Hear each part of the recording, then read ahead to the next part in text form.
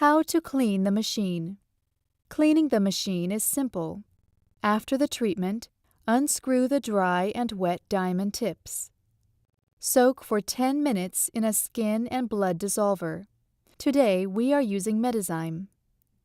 After 10 minutes, soak in a hospital-grade disinfectant. Be sure not to soak the tips too long in each, as they may rust. Remove the canisters and clean them. Unscrew the dead skin collector.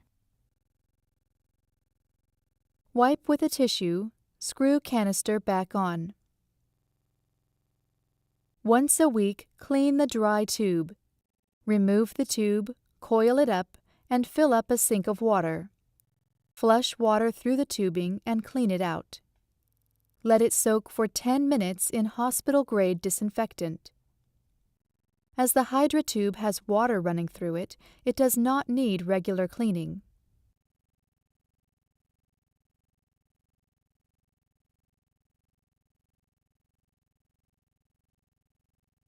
Filter.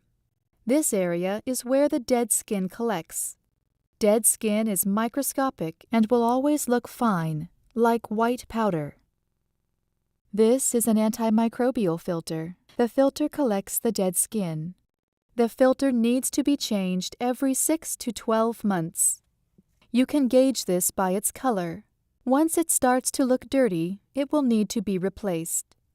To remove, simply screw it off. Troubleshooting. Water doesn't flow.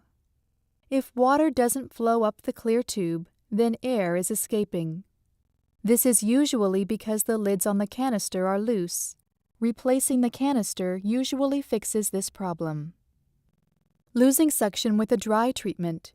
Sometimes you may lose suction. There are two main reasons why. 1. There is a blockage.